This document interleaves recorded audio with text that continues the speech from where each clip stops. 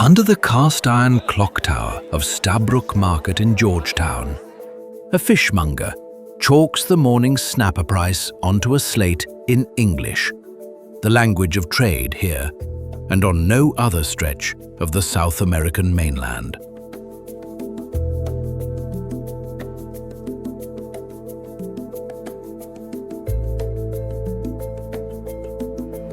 A mile east, at a canal's edge before the sun clears the Atlantic, a sluice operator leans his weight against an iron wheel, and a wooden gate swings open to let the night's water run out to a falling tide.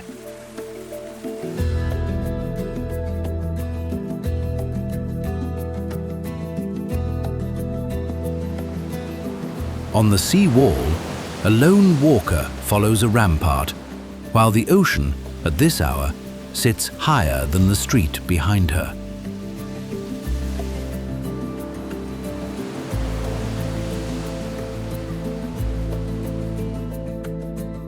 This is Guyana, the only English-speaking country in South America, a nation whose populated coast lies below the line of the sea it faces.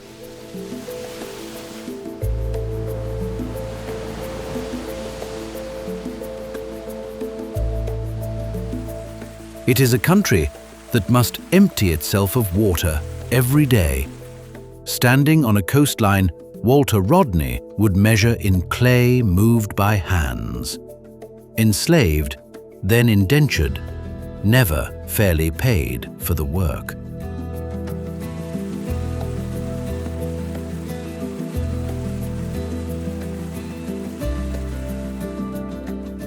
What follows moves with the water.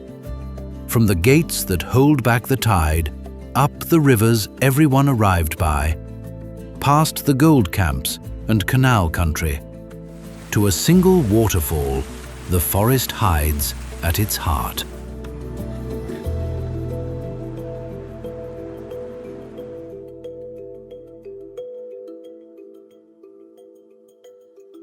Georgetown wakes below the sea it faces. From the air, before the street lamps give out, the capital is a grid of low wooden rooftops laid across a web of canals. Dark channels of water, threading between the streets where other cities would run gutters. And to the north, the Atlantic holds a flat grey line above it all.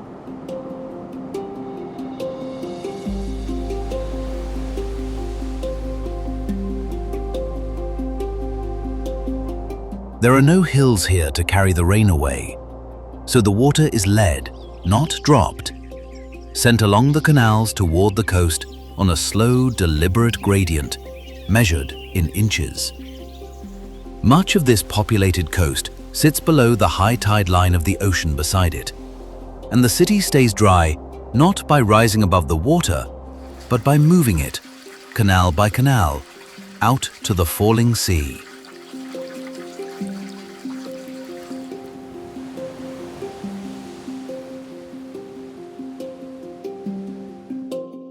That work ends at a wall. The Georgetown seawall runs for miles along the coast, a concrete rampart raised between the land and the ocean. And at high tide, the Atlantic sits visibly higher than the road behind it. So a lone walker on the rampart looks down at the streets and up at the sea.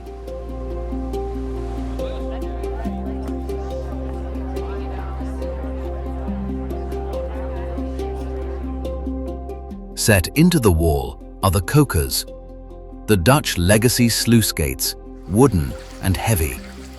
And before dawn, the coker men come to work them. The mechanics are unforgiving. A gate can only be opened when the tide outside has dropped below the level of the drained water waiting inland.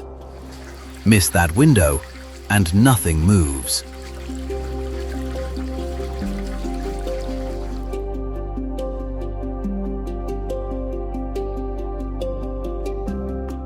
So the coker man reads the water, throws his shoulder into the wheel until the timber gives, and holds it while the backed-up flood pours seaward through the opening. When the ocean turns and begins to climb again, he wrestles the gate shut before the incoming tide can push back through it, chapped palms braced on cold iron.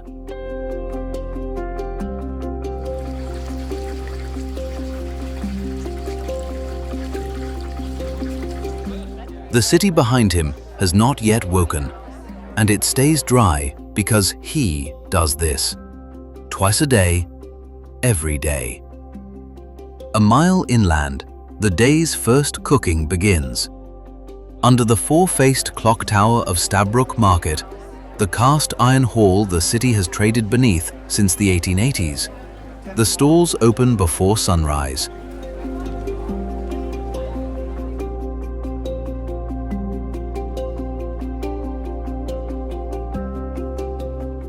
A vendor lays split bake and fried saltfish across a steel tray.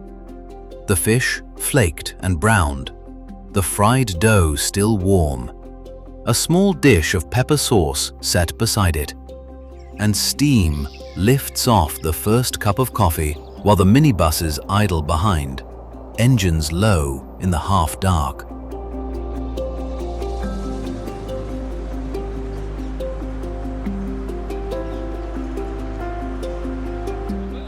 This is the coast's working breakfast, sold to men heading for the wharves and women heading for the offices. One tray, one vendor, one cup of steam against the morning. The light comes up on wood. Across the street, Georgetown City Hall stands in painted timber, a 19th century municipal building raised in Gothic lines and white boards rather than stone, because the ground here is too soft and too low to carry the weight of masonry.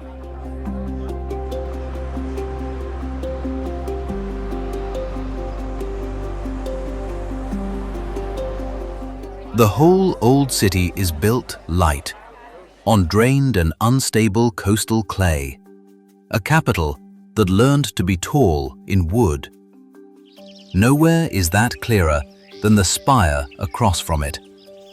St. George's Cathedral rises in green heart, a hardwood cut from the interior forests, and at more than 40 meters, it stands among the tallest wooden churches anywhere on Earth.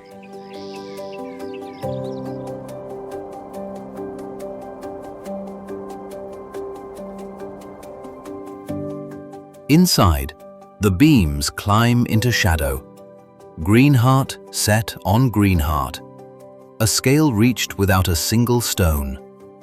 The answer of a low, soft coast to the problem of building high. By full morning, the city is moving. At its western edge, the Demerara Harbour Bridge stretches across the Brown River, a floating pontoon span more than a mile long, one of the longest of its kind, resting on the water rather than fighting it, opening on schedule to let vessels through, and closing again for the traffic.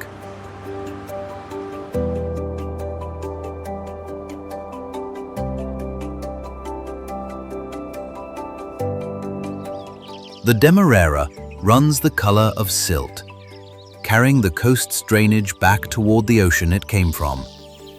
The gates have closed against the sea, and the drained water runs back to the rivers that carried every family here in.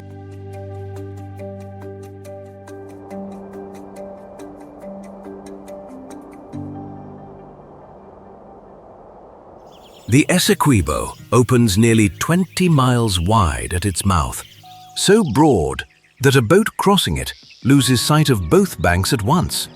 Its brown water scattered with islands, some of them larger than whole nations. This is Guyana's largest river, and before there were roads, there was only this. The river as the single road into a country that had none. A corridor of water, pushing hundreds of miles back into forest no wheel could reach.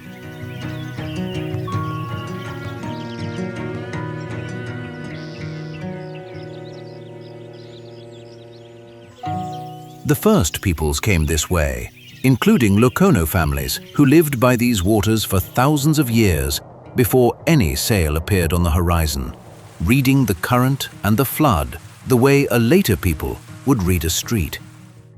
To arrive in this country at all, by any ancestry, was to arrive by water. The land was never the way in.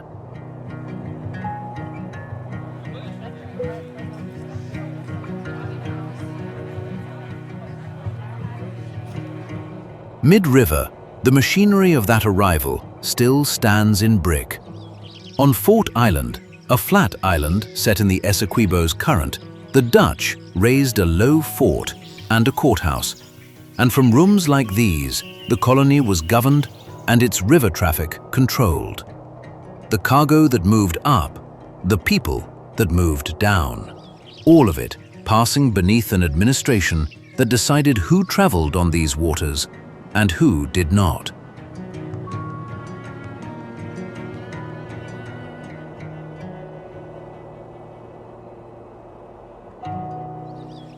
The brick has weathered 3 centuries.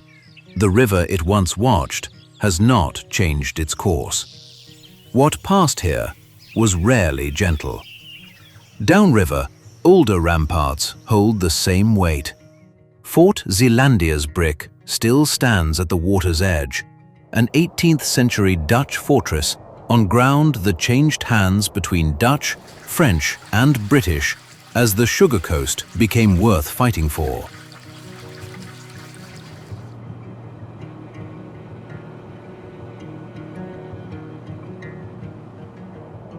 Ships came to landings like this one, carrying human cargo. Enslaved Africans brought across the Atlantic and unloaded here as property, counted and sold to work the estates the drained coast was becoming. The river that had been a road for the first peoples became, for these arrivals, the last stretch of a crossing they never chose.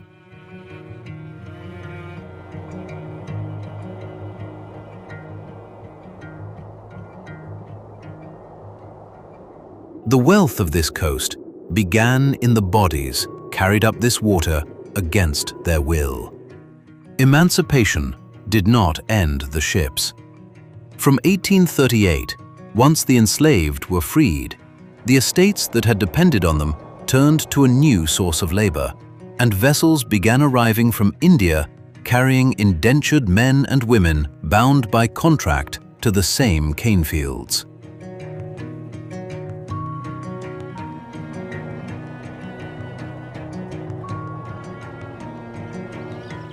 At the water's edge, the Indian Arrival Monument marks those ships in sculpted form, figures stepping ashore with bundles on their shoulders. A visitor can stand close enough to see the folds in the carved cloth, the small bundle held against a chest, the weight of arrival reduced to what 2 hands could carry. It holds a word the crossing gave them: Jahaji, ship brothers, the bond between strangers who had survived the same ocean and who would call one another kin for the rest of their lives.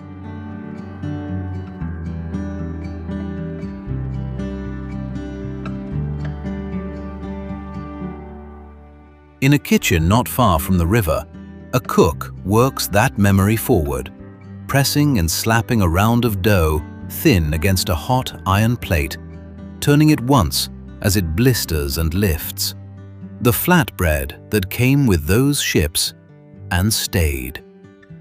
The descendants of the Jahaji are now the largest group in the country.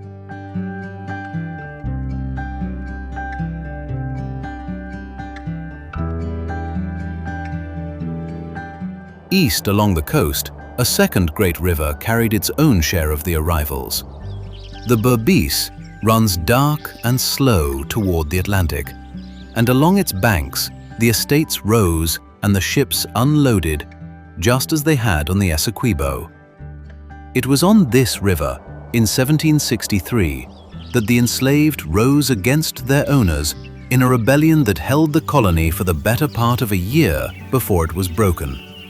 a rising remembered still in the name of its leader, Cuffy.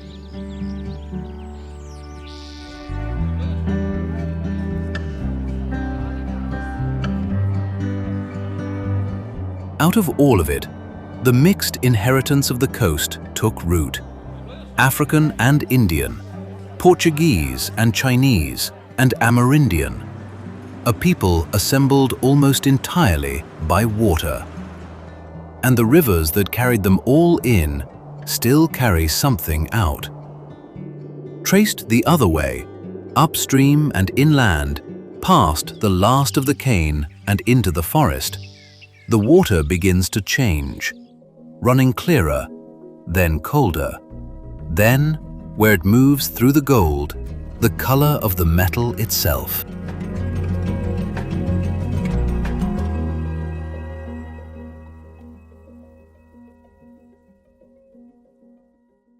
Where the Mazaruni and the Cuyuni pour into the Essequibo, the three rivers meet at a town called Bartica, the last place with paved streets before the forest closes over the water for good.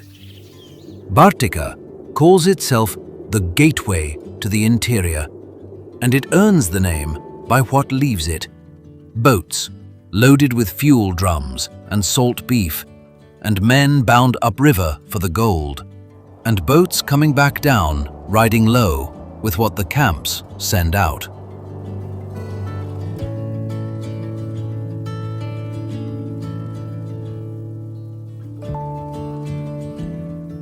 The town swells and empties with the price of the metal, and the rivers that pass it run over reefs of gravel that have carried grains of gold down out of the sandstone highlands for far longer than the country has had a name. The men who go after it by hand have a name of their own. They are the pork knockers, the small, independent miners who have worked these rivers since the gold rush of the 1880s, called for the salted pork they carried into the bush and knocked from the barrel when there was nothing else to eat.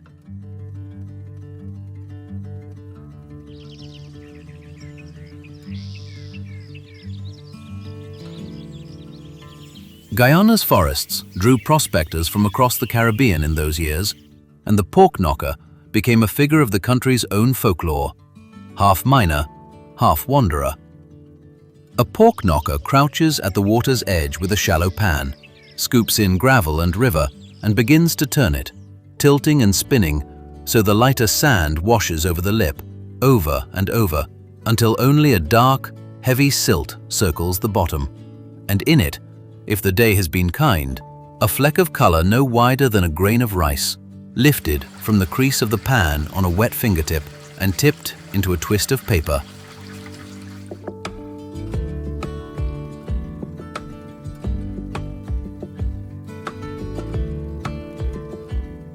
A whole season of this might come down to a matchbox of gold.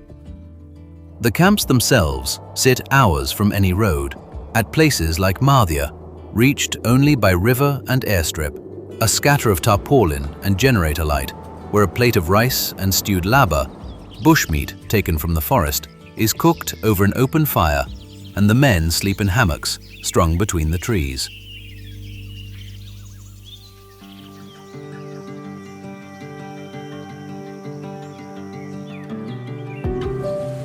What the pan began, machines have magnified around them. Floating dredges pull the riverbed up through hoses and run it over sluice mats, and inland, pits the size of small valleys are opened in the red earth and washed apart with high-pressure water. The gold is caught with mercury and burned free in a flame that leaves the metal behind and the poison in the river, a cost the water carries downstream long after the diggers have gone.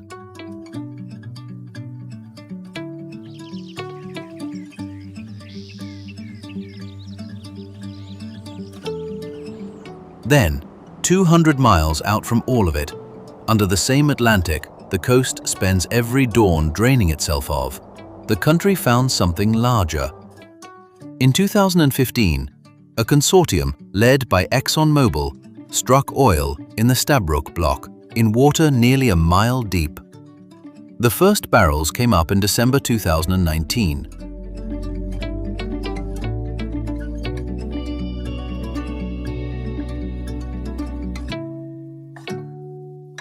Within a few years, production passed 600,000 barrels a day, and one of the poorest corners of South America became, by some measures, the fastest growing economy on Earth.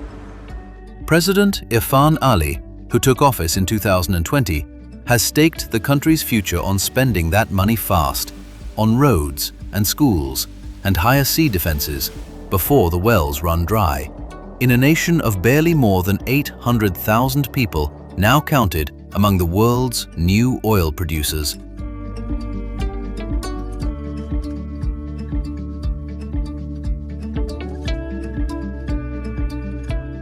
The money is new and enormous. The work of keeping the coast dry is old and unchanged, still done at the gates before dawn. The gold comes down the rivers and the oil comes up from the sea. But the first fortune this coast ever produced was neither.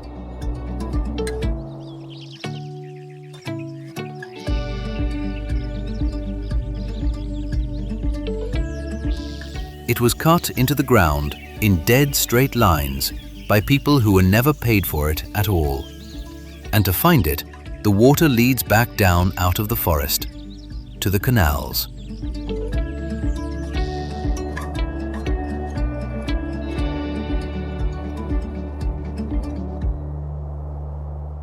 The coast stays dry by geometry. Behind the seawall, the east coast Demerara is ruled into long straight canals and cross drains, a grid of water laid across the old sugar estates, every field bounded by a channel that carries the rain and the seepage toward the cocas, the sluice gates set in the sea wall, and out to the falling tide.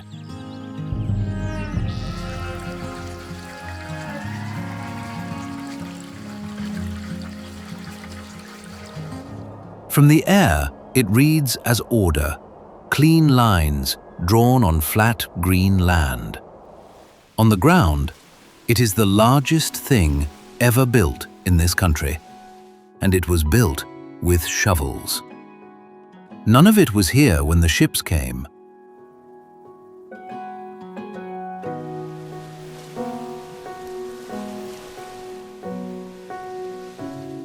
The coast was tidal swamp and mangrove, mud that flooded twice a day, and to farm it, the Dutch and then the British had to do what the Dutch had done at home: wall the sea out, dig the water off, and hold the reclaimed land below the tide by constant force.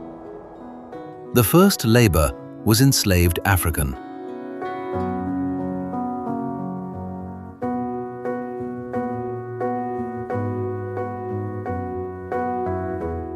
Men and women were set to cut the drainage canals and raise the walls between them by hand, lifting waterlogged clay that slumped back into the trench almost as fast as it came out. Each worker given a daily task, a fixed length and depth to clear before dark, standing to the waist in water that would not drain because the drains were not yet dug.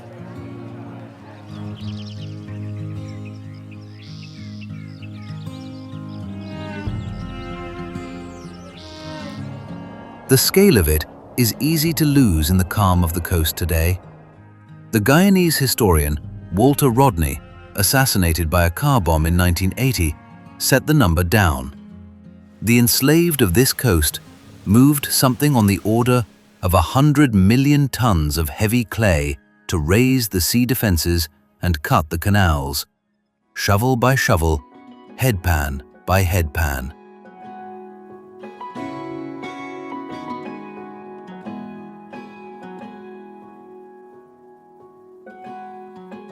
It is a moving of earth greater than the building of the great pyramids of Egypt, accomplished on a strip of drowned coastline by people who owned nothing, not even themselves, and who were buried in the ground they spent their lives draining.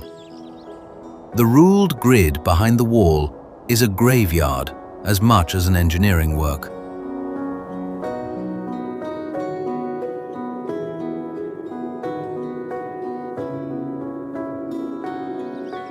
The graveyard did not stay quiet. In 1823, after word spread that Britain was debating slavery's end and enslaved people believed the planters were withholding the freedom already owed to them, more than 10,000 rose across the Demerara estates.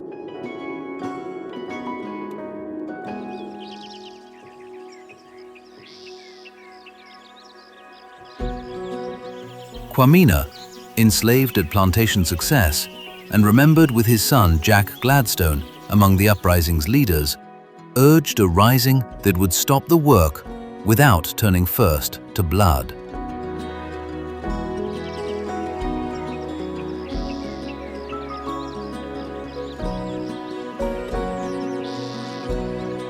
The colony answered with troops.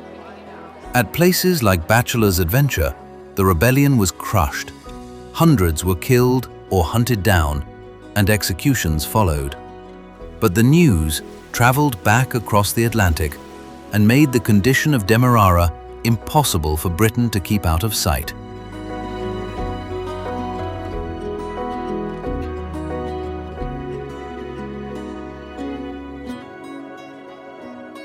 Emancipation in 1838 freed the diggers, but not the ditches, and the canals still had to be cleared, or the sea would take everything back. Yet the next answer was not only maintenance. In 1839, 83 formerly enslaved people pooled their savings and bought Plantation Northbrook, renaming it Victoria. In 1840, another group bought land that became Buxton.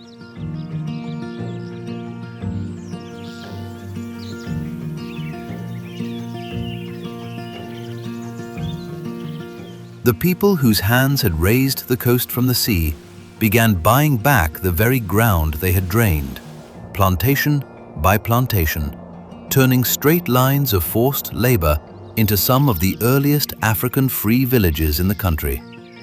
It has not stopped.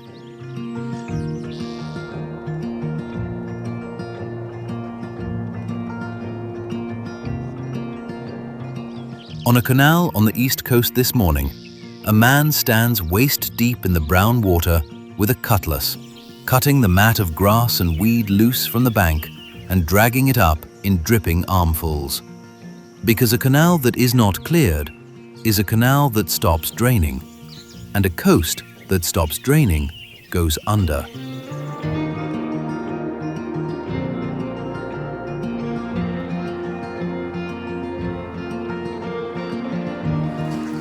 A mile away, the coca men swing their gates wide, and the drained flood runs seaward, through channels first cut by the enslaved and later claimed, in pieces, by the freed. The coast holds its shape by that labor, straight-ruled and hard-won, every river on it bent to a human line. But that water, followed far enough upstream, past the last canal, past the last estate, into forest no shovel ever broke, runs wild again. And on one river, deep in the interior, it does something no line could rule and no wall could hold.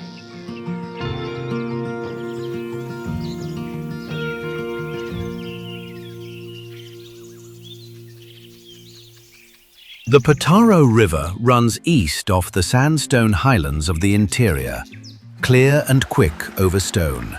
And for most of its length, it behaves like any other river in the country, carrying its water toward the Essequibo and the distant coast, until the ground beneath it simply ends. Then, Kaieteur. Kaieteur Falls drops in a single unbroken sheet 226 meters from the lip of the plateau to the gorge below, more than 4 times the height of Niagara, and among the greatest single-drop waterfalls on Earth. A whole river going over the edge in one continuous fall, rather than stepping down in stages.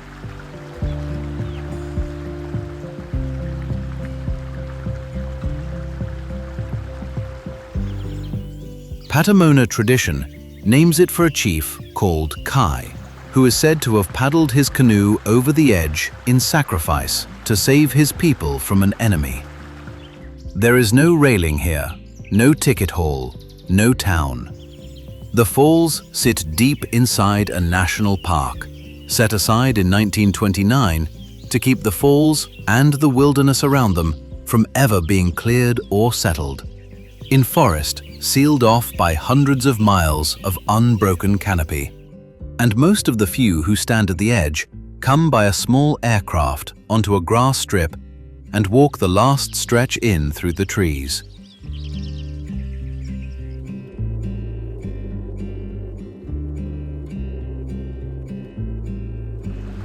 Behind the falling water, in the soaked hollow of the cliff, live the swifts that nest in the rock and pour out at dusk, flying straight through the sheet of falling water to reach their roost. On the wet rock at the rim grows a tank plant that gathers rainwater in its cupped leaves. And inside that held water lives a golden frog, small enough to sit on a thumbnail, which spends its entire life in the one plant, at the edge of the one waterfall.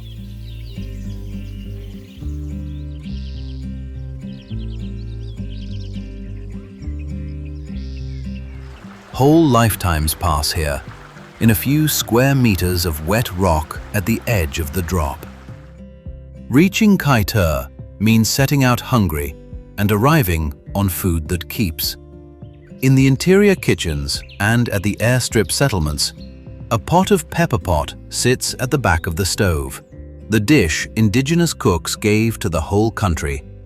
Meat stewed slowly in a dark, bitter syrup boiled down from grated cassava, which both flavors the pot and preserves it, so that the same pot is topped up and warmed again for days, richer each morning than the night before.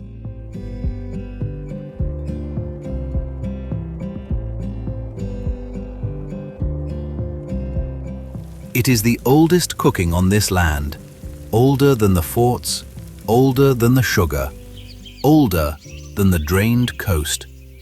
The food of the first people who arrived by these rivers, still set on the table of the newest to come. Everything in this country has turned the story over to water. The gates draining the coast, the rivers that brought the ships, the gold-colored creeks of the interior. And here, at Kaieteur, the water finally falls.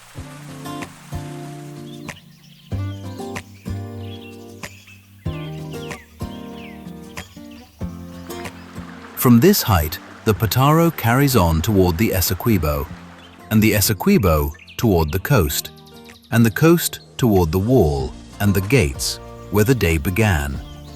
The whole country's water moving in the end back to the sea it must be emptied into before each dawn.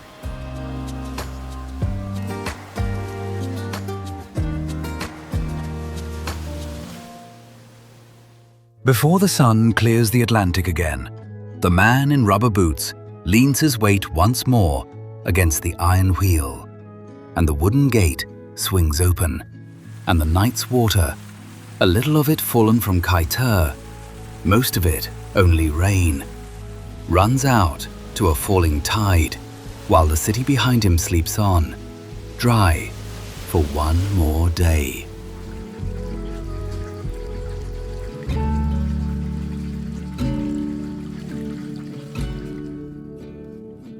The four-faced clock keeps its time above the market. The green heart beams hold up the cathedral.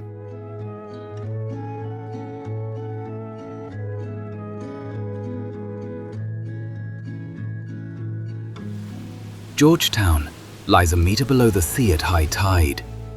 Upriver, the swifts fly back through the falls. the gate shuts.